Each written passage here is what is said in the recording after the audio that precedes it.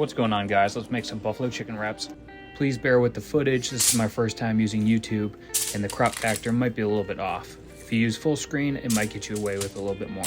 Start by preheating your oven to 300 degrees.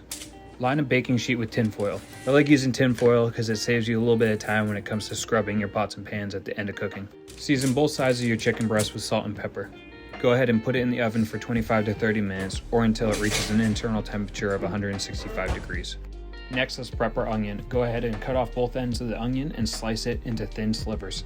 Next, add a large frying pan to your stove on medium heat. Add a tablespoon of oil and cook until caramelized. This usually takes about 5 minutes. Dice up your chicken into 3/4 inch chunks. Add it and your caramelized onions to a large bowl and go ahead and set that aside. Now get your cheese ready. I like to use low-fat cheese options just because it keeps the calories down. If you want to go with full flavor, full fat options, go ahead. Just know it's going to really bump up your calories.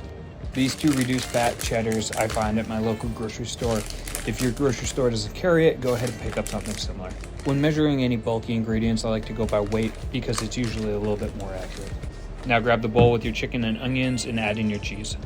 Measure out 3/4 of a cup of Frank's Red Hot Buffalo sauce and add it to the bowl. Mix everything together with some tongs until it's all well incorporated. If you have an inner child like me and want to use your hands, go ahead. There's nothing wrong with that. Next, set up your workstation with your wraps, your greens, and the chicken mixture. Add about a cup of chicken to each wrap and then top with a handful of greens. Roll together like a burrito by closing the ends in first and then taking the top and rolling it away from you, locking everything in as you go. Roll it up tight so your ingredients don't fall out when you toast it. These wraps are high protein and low calorie, which makes them great for someone trying to lose weight. Coming in at 483 calories each, if you make 5 wraps, that's nearly 60 grams of protein per wrap. 60 grams of protein might be a little overkill, but protein is the most satiating macronutrient, and I'd rather have more protein than fat if I'm looking to shed a few pounds.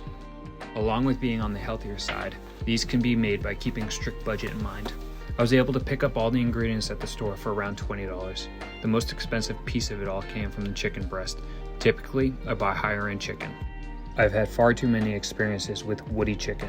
Woody chicken refers to the tough meat that forms in the bird that is believed to be caused by rapid growth of muscle tissue. I'm sure you've experienced it. It feels dense and stringy, and personally, I'll spend a couple more dollars if I can get the higher quality meat. If you want to add a little bit more flavor to these, you can drizzle on some ranch to each wrap before you close it. Buffalo and ranch are simply made to be together. If you disagree, just know you are wrong and your opinion doesn't matter. Just be careful on how much you add. Oil-based sauces like ranch can stack up on calories rather quickly if you aren't conscious on how much you are adding.